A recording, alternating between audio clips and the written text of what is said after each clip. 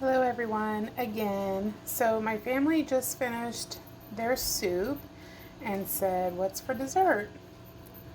And I have thought that I was done cooking for the evening, but I guess I'm not. So I'm going to air fry some pears for dessert. So we're going to have baked pears.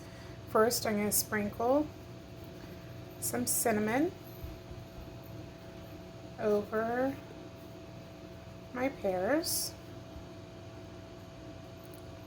If you've never had baked pears, you definitely need to try them. So yummy. And then for a little sweetness, we're gonna drizzle with some honey.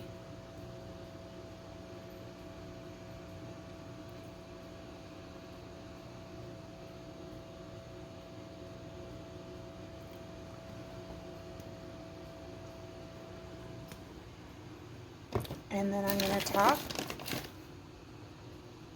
with some walnuts. We're going to bake this at 350 in the air fryer for about 20 minutes. And then we're going to have some baked pears.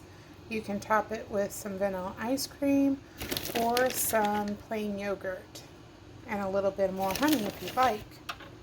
But it is a perfect dessert for any time of year.